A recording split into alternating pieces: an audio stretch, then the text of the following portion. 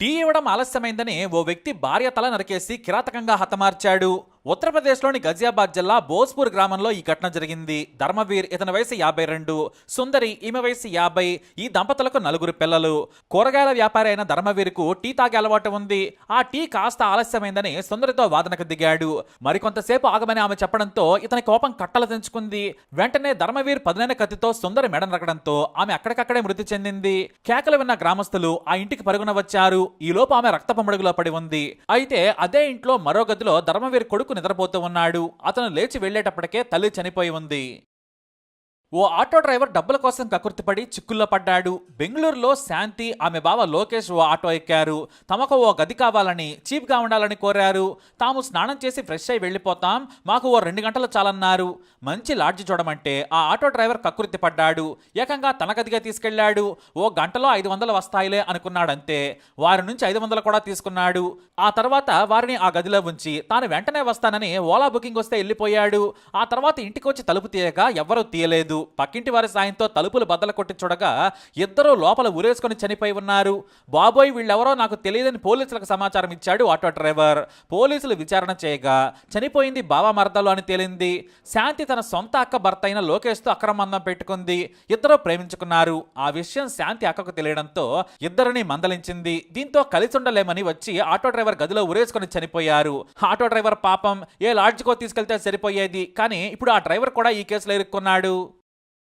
మానవత్వం లేని మూర్ఖులు ప్రభుత్వ ఉద్యోగాల్లో ఉంటే ఏం జరుగుతుంది? కరీంనగర్లోని ఓ లంచగొండి అధికారి గురించి తెలిస్తే మొహం మీద ఉమ్మేస్తారు. తెలంగాణలోని నిర్మల్ జిల్లా కడెం మండలం పెద్ద బెల్లాలకు చెందిన ఓ కార్మికురాలు చనిపోయింది. ఈమెకు కార్మిక శాఖ గుర్తింపు కూడా ఉంది. చనిపోతే కార్మికులకు ప్రభుత్వ బీమా కింద 1,30,000, అంత్యక్రియలకు మరో 30,000 ప్రభుత్వం చెల్లిస్తుంది. డెత్ సర్టిఫికెట్ తీసుకెళ్లి కుటుంబ సభ్యులు ఇస్తే చాలు, ఆ సొమ్ము వారికి చేరుతుంది. ఇలానే ఆ కార్మికురాలి కొడుకు గంగన్న కన్నతల్లి చనిపోయిందన్న బాధతో 15 రోజులు వెళ్లలేదు. చివరకు అన్ని పత్రాలు సమకూర్చుకున్నాడు. నిర్మల్లోని సహాయ కార్మిక శాఖ అధికారి ఏ సాయిబాబాను కలిశాడు. అన్ని డాక్యుమెంట్స్ కూడా ఇచ్చేశాడు. నీకు డబ్బు వస్తుంది, కానీ అది నీ చేతికి రావాలంటే లంచం ఇవ్వాలన్నాడు. సార్, నేను మా అమ్మకు ఒక్కడే కొడుకుని, మా అమ్మ చనిపోయి బాధలో ఉన్నాను సార్, పేదవాడిని, దయతలుచమన్నాడు. కానీ సాయిబాబా మాత్రం లంచం లేనిదే పని జరగదన్నాడు. 30,000 తీసుకునిరా, వెంటనే నీకు డబ్బులు వచ్చేలా చేస్తానన్నాడు. నా దగ్గర అంత డబ్బు లేదు సార్ అని బ్రతిమలాడితే లంచంలో కూడా ఈ వెధవ అధికారి 5,000 డిస్కౌంట్ ఇచ్చాడు. చివరకు ఏం చేయాలో పాలపోలేదు. అంత డబ్బే ఉంటే నా జీవితం ఇలా ఎందుకుంటుందనుకున్నాడు. తల్లి కాయా కష్టం చేసి ఊడ్చి మురిగెత్తి మురుగు తీస్తే ఇదా నా తల్లికి దక్కిన గౌరవం అనుకుని బాధపడ్డాడు గంకన్న. కోపం వచ్చి వెంటనే అవినీతి అధికారులను కలిసి విషయం చెప్పాడు. అయితే ఆ లంచగొండి అధికారి దొంగ తెలివి చూపించాడు. తనకు అనారోగ్యంగా ఉందని తన కొడుకు దామోదర్కి డబ్బివ్వాలన్నాడు. వెంటనే అక్కడ అవినీతి నిరోధక అధికారులు మాట వేసి లంచం తీసుకుంటుండగా పట్టుబడ్డారు. ఇద్దరిని అరెస్ట్ చేసి జైలుకు పంపారు. జీతం వస్తున్నా ఇలా లంచం తినే బదులు నీళ్లు లేని బావిలో దూకటం బెటర్ అని అక్కడున్న కార్మికులందరూ కూడా దుమ్మెత్తిపోశారు. ఓ అక్రమ మందం కర్ణాటకలో దారుణానికి దారితీసింది. చామరాజనగర్ జిల్లాలోని కొళ్లెగాలలో 29 ఏళ్ల రేఖ అనే యువతి చనిపోయింది. సదరు రేఖ కూతురు మానవిత స్కూల్కి రాకపోవడంతో ఆమె టీచర్ ఇంటికి వచ్చారు. మానవితను స్కూల్కి తీసుకెళ్దామనుకున్నారు ఆమె. అయితే మానవిత తల్లి రేఖ చనిపోయి కుళ్లిపోయిన స్థితిలో కనిపించడంతో పోలీసులకు సమాచారం ఇచ్చింది ఆ టీచర్. పోలీసులు విచారణ చేయగా మరో లింక్ బయటపడింది. స్థానిక లైన్ మ్యాన్ నాగేంద్రతో అక్రమ మందం ఉందని విచారణలో తేలింది. రేఖ వేరే వ్యక్తితో అక్రమ మందం పెట్టుకున్నాడని ఆమె భర్త సునీల్ పరువు పోయిందని ఆత్మహత్య చేసుకున్నాడు. దీంతో ప్రియుడితో కలిసి జీవిస్తోంది రేఖ. ఆమె కూతురు మాన్విత కూడా వారితోనే ఉంది. అయితే పెళ్లి చేసుకోమని ఒత్తిడి చేయడంతో చంపేసి కూతురుతో పారిపోయాడు ప్రియుడు నాగేంద్ర. ఇప్పుడు పాప కోసం, హంతకుడి కోసం పోలీసులు వెతుకుతున్నారు. బీహార్లో పూజారి దారుణ హత్య పెద్ద దుమారం రేగుతోంది. గోపాల్గంజ్ దగ్గరలోని ధన్పూర్ శివాలయంలో మనోజ్ కుమార్ పూజారిగా పనిచేస్తున్నాడు. ఇతను మత గురువు కూడా. హిందూ మతం గురించి గొప్పగా చెబుతూ ఉంటాడు. అయితే కొద్ది రోజుల క్రితం కనిపించకుండా పోయాడు. ఉదయమే గుడికి వెళ్లాల్సిన మనోజ్ రాత్రి వెళ్లి తిరిగి రాలేదు. అయితే 2 రోజుల తర్వాత దారుణ స్థితిలో మనోజ్ మృతదేహం కనిపించింది. కళ్ళు పీకేసి ఒళ్ళు ఛిద్రం చేశారు.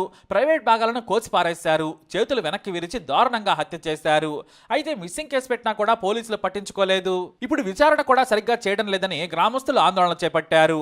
ఒక్క రోజులో నిందితులను పట్టుకుంటామని హామీ ఇచ్చినా కూడా ఇంతవరకు ఎవరిని పట్టుకోలేకపోయారు పోలీసులు.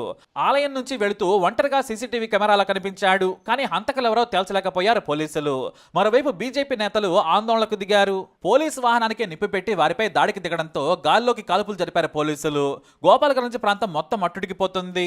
మరో వారం లోపల హంతకులను పట్టుకోకపోతే రాష్ట్ర వ్యాప్త ఆందోళన చేస్తామని బీజేపీ నితీష్ కుమార్ సర్కారును హెచ్చరించింది. ఇది జాతీయ స్థాయిలో కూడా హాట్ టాపిక్ గా మారింది.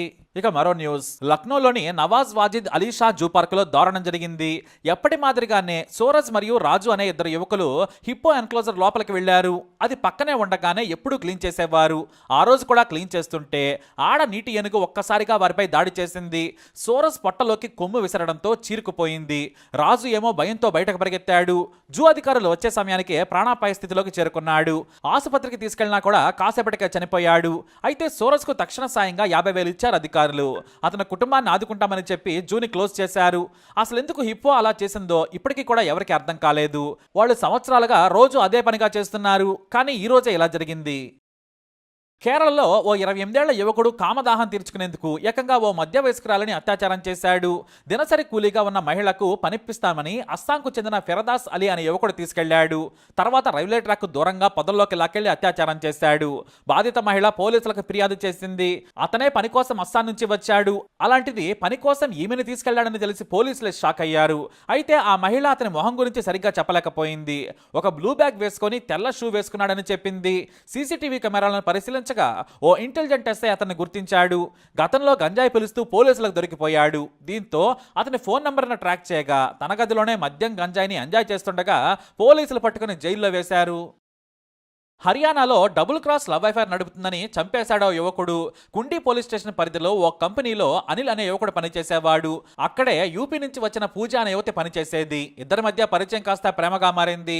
పూజ తన తల్లిదండ్రులకు కూడా తెలియకుండా ప్రియుడితో కలిసి ఓ గదిలో ఉండేది. ఇద్దరు లివ్ ఇన్ రిలేషన్షిప్ లో ఉన్నారు. అయితే పూజ అదే కంపెనీలో పనిచేసే తనకంటే చిన్న కుర్రాడితో అక్రమ బంధం పెట్టుకుందని అనుమానించాడు. అంతేకాదు కంపెనీ పక్కనే ఉన్న క్వార్టర్స్ లోని అతని గదికి వెళ్లి వచ్చేది. మరోవైపు షిఫ్టులు మారినప్పుడు ఆ యంగ్ లవర్ ఇంట్లోనే ఉంటుందని గుర్తించాడు. తన స్నేహితురాలతో ఉంటుందని చెప్పేది పూజ. కానీ ఇతరులు కూడా వారిద్దరి మధ్య వ్యవహారం నడుస్తుందని తెలియడంతో తన గదిలోనే దారుణంగా పూజను హత్య చేశాడు. ఆ తర్వాత సోనిపట్ దగ్గరలోని తన గ్రామానికే పారిపోయాడు ఆ యువకుడు. పోలీసులు వెంటాడి మరీ వెళ్లి హంతకుడిని అరెస్టు చేసి జైలుకు పంపారు. ఇక అన్న మరదలపై మనసు పడ్డ యువకుడు దారుణానికి తెగపడ్డాడు. హర్యానాలోని పాల్వాల్ జిల్లా బేందౌళి గ్రామానికి చెందిన అనిల్ అనే యువకుడికి కాజల్ అనే యువతితో పెళ్లైంది. ఈ అనిల్కు సునీల్ అనే తమ్ముడున్నాడు. ఈ సునీల్కు తన అన్న భార్య చెల్లెలైన అంజలి అంటే తెగిష్టం. బాగా చదువుకుంటోంది, అందంగా ఉంటుందని పెళ్లినాటి నుంచే లైన్లో పెట్టేందుకు ప్రయత్నించాడు. కానీ సునీల్కు చెడు అలవాట్లు ఉన్నాయని తెలిసి దూరం పెట్టేసింది అంజలి. మొదటి నుంచి కూడా ఆసక్తి చూపించేది కాదు. కానీ తనను ప్రేమించాలని బలవంతం చేసేవాడు. నువ్వంటే నాకు ఇష్టం లేదని చెప్పింది అంజలి. దీంతో తన అక్క కోసం ఇంటికి వచ్చిన సమయంలో ఎవరూ లేని టైం చూసి తన ఫ్రెండ్ సాయంతో అంజలిని బెదిరించాడు. తనను పెళ్లి చేసుకోవాలని కోరాడు. కానీ ఆమె నో చెప్పింది. దీంతో కత్తితో దారుణంగా పొడిచాడు. అంతేకాదు విషం కూడా నోట్లో పోశాడు. అయితే అప్పుడే సునీల్ మరో సోదరుడు ఇంటికి వచ్చి చూడటంతో అంజలి రక్తం మడుగులో ఉంది. సునీల్ తన ఫ్రెండ్తో బైక్ మీద పారిపోయాడు. అంజలిని ఆసుపత్రికి తీసుకెళ్లినా కూడా బతకలేదు. మరోవైపు హంతకులను పోలీసులు చేసి మరీ పట్టుకొని రిమాండ్కి తరలించారు. ఇదొక ఇంటర్నేషనల్ వెరైటీ మర్డర్ స్టోరీ. దక్షిణ కొరియాలో సరదా కోసం ఓ యువతి హత్య చేసింది. సదరు యువతి పేరు జుంగ్ యూ జోంగ్. ఈ 23 ఏళ్ల యువతకి క్రైమ్ షోస్ అంటే పిచ్చి. కొరియా నుంచి ఇంగ్లీష్ వరకు క్రైమ్ స్టోరీస్ ని తెగ చూస్తూ ఉంటుంది. నేరాలను చేసిన వారిని అభిమానించేది. తెలివిగా ఇంత బాగా ఎలా చంపుతున్నారని జుంగ్ ఆశ్చర్యపోయేది. దీంతో తాను కూడా చంపి పోలీసులకు దొరకకుండా చేయాలనుకుంది. అందుకోసం నెలల తరబడి ఒంటరిగా ఎవరు దొరుకుతారని వెతికింది. హత్య చేసే ఫోన్ కాంటాక్ట్ ఉండకూడదు, తనకు బాధితురాలకి సంబంధం ఉండకూడదు, అలా చంపాలి అనుకుంది.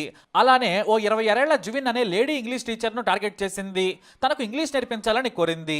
ఆమె కూడా సరేనంది. అలానే నమ్మించి తన ఇంటికని చెప్పి చెట్ల మధ్యలో నుంచి ఓ నిర్మానుష్య ప్రాంతానికి వెళ్ళగానే అక్కడ వెనుక నుంచి బలమైన కర్రతో బాధింది. ఆ తర్వాత ఆ టీచర్ను చచ్చే వరకు కొట్టి వెళ్లిపోయింది.